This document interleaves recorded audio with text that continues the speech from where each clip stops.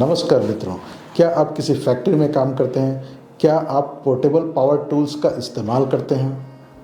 या क्या आपके अंडर में इस प्रकार के टूल्स इस्तेमाल किए जाते हैं? और अगर आप जानना चाहते हैं कि इस प्रकार के टूल्स को इस्तेमाल करते समय किस प्रकार से हम सावधानियां रखें कि कोई भी दुर्घटना ना हो, तो इस वीडियो से अंत तक जरूर जुड़े रहें। ये आपके बड़े काम का साबित होने वाला है। सबसे पहले तो हम देखें कि ये पोर्टेबल पावर टूल्स क्या होते हैं। तो ये इस प्रकार के उपकरण हैं जो कि बिजली से चलित हो सकते हैं या बैटरी से चलित हो सकते हैं। ये पोर्टेबल होते हैं, यानी कि एक स्थान से दूसरे स्थान आप उसको हाथ में पकड़ करके ले जा सकते हैं और उसका यूज़ कर सकते हैं। आपने देखा होगा हैंड ड्रिल मशीन को या हैंड ग्राइंडर मशीन को, इस प्रकार के बहुत सारे मशीन आपने ज़रूर आपके कार्यक्षेत्र में देखे होंगे, जिससे कि बड़ी ही आसानी से बड़े ही कठिन कार्यों को बहुत ही कम समय में किया जा सकता है। तो इस प्रकार के बहुत ही काम के उपकरण होते हैं ये हैंड पावर टूल्स, लेकिन इनको इस्तेमाल करते समय बहुत बड़ी बड़ी दुर्घटनाएं भी हो जाती है। तो हम देखें कि इनका इस्तेमाल पहले तो किया कहाँ जाता है। सबसे पहले कंस्ट्रक्शन वर्क में इनका इस्तेमाल किया जाता है। कहीं पे भी कोई कंस्ट्रक्शन वर्क हो रहा हो, जैसे कि निर्माण कार्य, जैसे कि प्लांट का निर्माण हो सकता है, किसी घर का निर्माण हो सकता है, वहाँ पर भी ये पावर टूल्स बड़े काम के साबित होते हैं। वैसे ही कोई मरम्मत का कार्य या मेंटेनेंस का कार्य कहीं पर हो रहा हो तो स्क्रू इत्यादि को खोलने के लिए या बंद करने के लिए, कुछ चीज़ों को काटने के लिए, ये सब पोर्टेबल पावर टूल्स बहुत अच्छी भूमिका निभाते हैं। वैसे ही ऑटोमोटिव सेक्टर में भी इनका बहुत इस्तेमाल किया जाता है। अब इसमें चाहे वो हैंड वैक्यूम क्लीनर क्यों ना हो या फिर स्क्रूज को खोलने बंद करने में, तो इनका इस्तेमाल व्यापक तौर पे सभी जगह किया जाता है, चाहे वो घर के काम हो कोई, और मेटल वर्क में जो कि आसानी से, जिसमें बहुत ज़्यादा पावर की ज़रूरत पड़ती है, ताकत की ज़रूरत पड़ती है, तो इस प्रकार के काम को भी काटने इत्यादि के काम को हैंड पावर टूल्स के माध्यम से आसानी से किया जा सकता है। लकड़ी के काम में तो बहुत ही ज़्यादा यूज़फुल वैसे भी होता है, उसमें भी काटने इत्यादि के संबंधित या छेद करने के लिए इन पावर टूल्स का बहुत ही व्यापक इस्तेमाल होता है। घरों में आप देखते होंगे इलेक्ट्रीशियन जब वायरिंग करता है तो भी जगह जगह कील लगाने के लिए इस प्रकार के पावर ड्रिल्स का इस्तेमाल वो करता है, हैंड ड्रिल्स का इस्तेमाल करता है।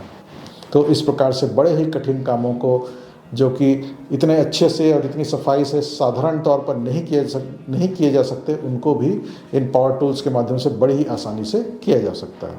अब इससे फ़ायदा क्या होता है कि तेज़ी से काम होता है, बहुत ही कुशलता से काम होता है, कोई गंदगी कम से कम होती है, और लेकिन इन सब के साथ ही इसमें कुछ सुरक्षा सावधानियों की भी आवश्यकता होती है, क्योंकि बहुत सारी दुर्घटनाएं इससे जुड़ी हुई है। संभावित दुर्घटनाओं में सबसे पहले हम सामान्य तौर पर जानते हैं शारीरिक चोट को या फिजिकल इंजरीज को। कटना छिलना, कोई चीज़ को काटते समय अगर हमने हाथ गलत जगह रखा तो हमारा हाथ भी कट सकता है, उंगलियां कट सकती है, चोटिल हो सकती है, या कोई ड्रिल मशीन से या हथौड़े का जब इस्तेमाल करते हैं, वाइब्रेटर का इस्तेमाल करते हैं, तो उससे भी हमारे शरीर पे कहीं पे भी चोट लग सकता है। दूसरा, चूँकि इसमें पावर सप्लाई होता है, विद्युत की सप्लाई होती है, तो विद्युत से संबंधित दुर्घटनाएं भी इसमें होना संभव है। किसी को करंट लग सकता है, शॉक लग सकता है, शॉर्ट सर्किट हो सकता है, जिससे कि आग लग सकती है, और आग की परिणति के रूप में विस्फोट भी हो सकता है। वैसे ही नेत्र से संबंधित भी दुर्घटनाएं होती है कि अगर स्पार्क जो उसमें से, जैसे ग्राइंडिंग, कटिंग, वेल्डिंग इत्यादि मशीन से जो स्पार्क निकलता है, वो आँखों के लिए नुकसानदेह साबित हो सकता है। और इस प्रकार के उपकरण में तेज़ी से काम करते समय बहुत ज़्यादा डस्ट भी उत्पन्न हो सकता है, जैसे कि हम किसी दीवार में छेद कर रहे हो उस समय, तो उससे श्वसन तंत्र प्रभावित हो सकता है, और श्वसन संबंधी रोग भी जो उसका आसपास लोग हैं और जो काम करने वाले हैं उनको हो सकता है, अगर सही सुरक्षा सावधानियां नहीं रखी गई तो। वैसे ही इस प्रकार के इंस्ट्रूमेंट्स में बहुत ज़्यादा शोर होता है, बहुत हैवी नॉइज़ होता है, तो कानों के लिए भी नुकसानदेह हो सकते हैं। और साथ ही इसमें वाइब्रेशंस भी होते हैं, उनको हाथ में पकड़ करके इस्तेमाल करना पड़ता है, तो वाइब्रेट होने के कारण शरीर में बहुत प्रकार के प्रॉब्लम्स क्रिएट हो सकते हैं। लगातार उनका काम किया जाए, खास करके जैसे कि जैक हैमर का इस्तेमाल करने वाले हैं तो पूरा शरीर और नसों पर, हड्डियों में भी कई प्रकार के रोग होने की संभावना उसमें होती है। इसके अलावा स्लिप, ट्रिप और फॉल टाइप की दुर्घटनाएं भी होती है, क्योंकि ये उपकरण को अगर इधर उधर अव्यवस्थित रूप से रख दिया जाए तो उससे कोई फंस करके गिर सकता है। उसके तार जो इधर उधर फैले रहते हैं, अगर इलेक्ट्रिक सप्लाई वाले, तो उससे फंस करके गिर सकता है कोई व्यक्ति। या फिर कई बार काम में इतना अधिक ध्यानमग्न हो जाते हैं कि जिस चीज़ पर हम खड़े होकर के काम कर रहे हैं उसमें भी कोई असंतुलन अगर पैदा हो गया, या हम सही तरीके के मंच पर नहीं खड़े हुए हैं, प्लेटफॉर्म पर नहीं खड़े हुए हैं, अचानक वो ध्वस्त हो सकता है, फेल हो सकता है और काम करने वाला नीचे गिर सकता है। तो इस प्रकार की समस्याएं पावर टूल्स के इस्तेमाल में होती है। अब अगर हम चाहते हैं कि ये दुर्घटनाएं ना हो तो हमको क्या क्या उपाय करने चाहिए। सबसे पहले हमको इस पावर टूल को उपयोग से पहले कुछ चीज़ों को ध्यान रखना जरूरी है। सबसे पहले है कि खतरों का मूल्यांकन करना। जो भी पावर टूल आप यूज़ करने जा रहे हैं उसमें क्या क्या खतरे हो सकते हैं। जैसे हम सिंपल सा हैंड ड्रिल यूज़ कर रहे हैं तो देखें कि हाथ अगर गलत जगह पड़ गया तो हाथों में कट लग सकता है, या उंगली में छेद हो सकता है, किसी के बॉडी में छेद हो सकता है, या फिर कहीं हमने हैंड ड्रिल को पकड़ रखा है, ड्रिल बिट को पकड़ा है और किसी ने बटन चालू कर दिया तो मशीन घूमते हुए किसी चोटिल कर सकता है। और अगर इधर उधर छोड़ करके चले गए और मशीन चालू कर दिया गया अचानक से, तो फिर वो मशीन इधर उधर जा करके किसी को भी चोटिल कर सकता है। तो इस प्रकार के क्या क्या घटनाएं घट सकती है इससे संबंधित, उसके बारे में आपको एनालाइज करना या विभिन्न स्रोतों से अध्ययन करना जरूरी है। उसके बाद ही आप इसको इस्तेमाल करने के लिए पर्याप्त सावधानियां रख पाएंगे। अगला है उपकरणों की गुणवत्ता की जांच करें। जो भी उपकरण आप यूज़ करने वाले हैं, पावर टूल्स, वो सही तरीके के हैं कि नहीं, उसके केस सही है कि नहीं, उसके केबल की स्थिति कैसी है, तो उसकी क्वालिटी कैसी है, उसके बारे में ज़रूर जांच कर लें कि वो सही क्वालिटी के हैं या नहीं। अगर वो बहुत ही घटिया क्वालिटी के हुए तो भी आपको वो दुर्घटना का शिकार करवा सकते हैं। और एक और इम्पॉर्टेंट चीज़ है वो है ट्रेनिंग प्राप्त करें। कोई भी इस प्रकार के उपकरण को डायरेक्ट आप यूज़ करना शुरू ना कर दें, उसके पहले आप प्रशिक्षण लें। किसी भी प्रकार का जो एक्सपीरियंस्ड व्यक्ति है उस काम में, उसके कामों को देखें, उससे सीखें, उससे पूछें, प्रश्नोत्तर करें। उसके बाद फिर उसके सामने ही उस उपकरण को इस्तेमाल करना शुरू करें। किसी एक्सपीरियंस्ड वर्कर के सामने उसको पहले इस्तेमाल करें, उसके बाद ही आप इंडिपेंडेंट इस्तेमाल करना शुरू करें। एक और इम्पॉर्टेंट चीज़ जिसको हम इस्तेमाल करने से पहले जानें वो है कि प्रत्येक पावर टूल को 3 पिन कनेक्शन से ही जोड़ना चाहिए।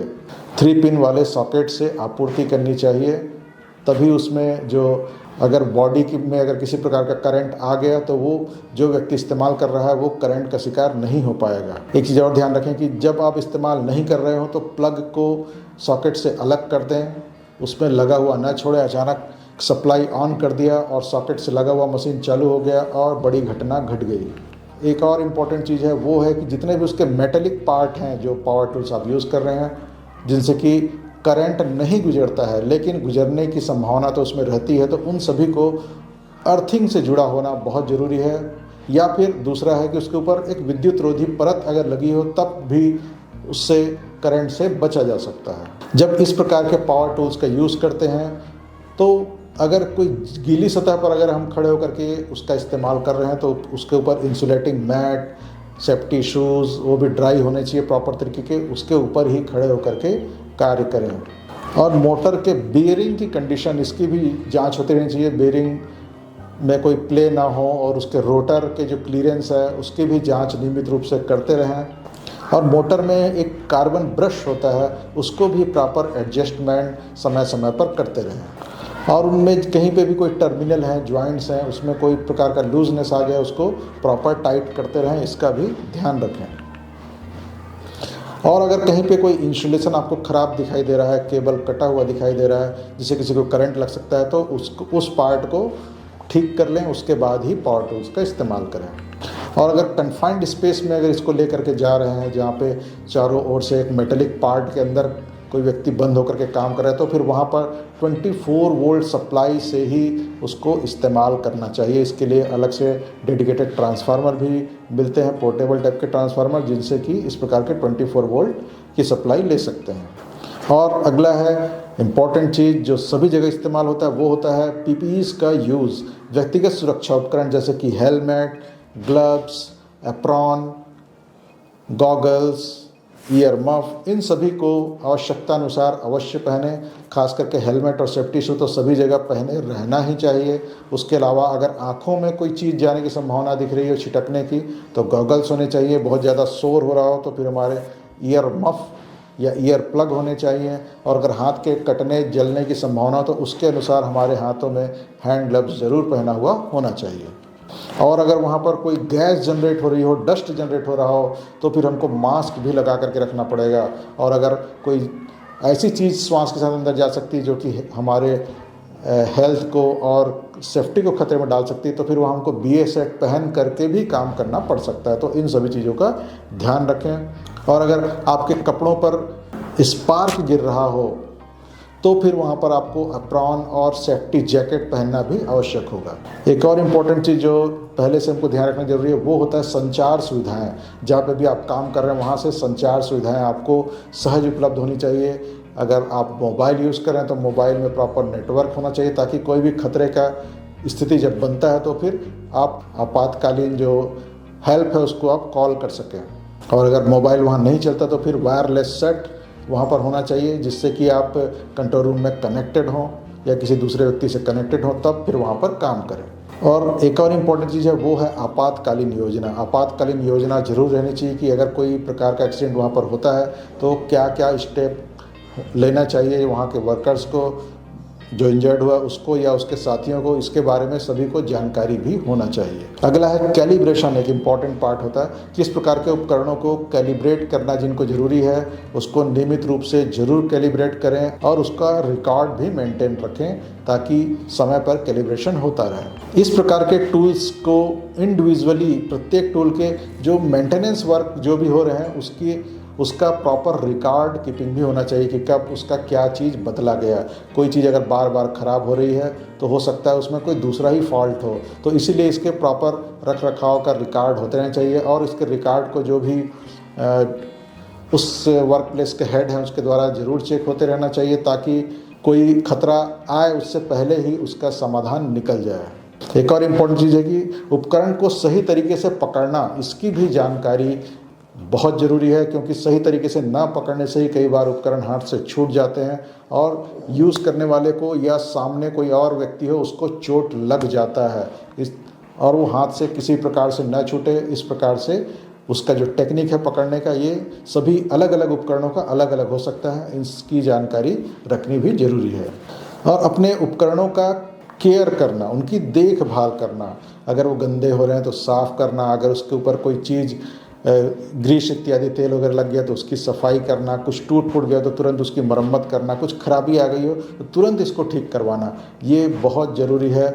इसके साथ ही आप सेफ्टी से काम कर पाएंगे। अगला इम्पोर्टेंट चीज़ है कि इनको सुरक्षित स्थान पर रखना है, कहीं पे भी छोड़ करके नहीं जाना। इसके लिए एक सेफ केस होता है, उसी केस में इसको रखना चाहिए ताकि ये दूसरों के लिए खतरा न बने। इनका उपयोग सही तरीके से करें, जिस काम के लिए बने हुए हैं उसी काम में करें।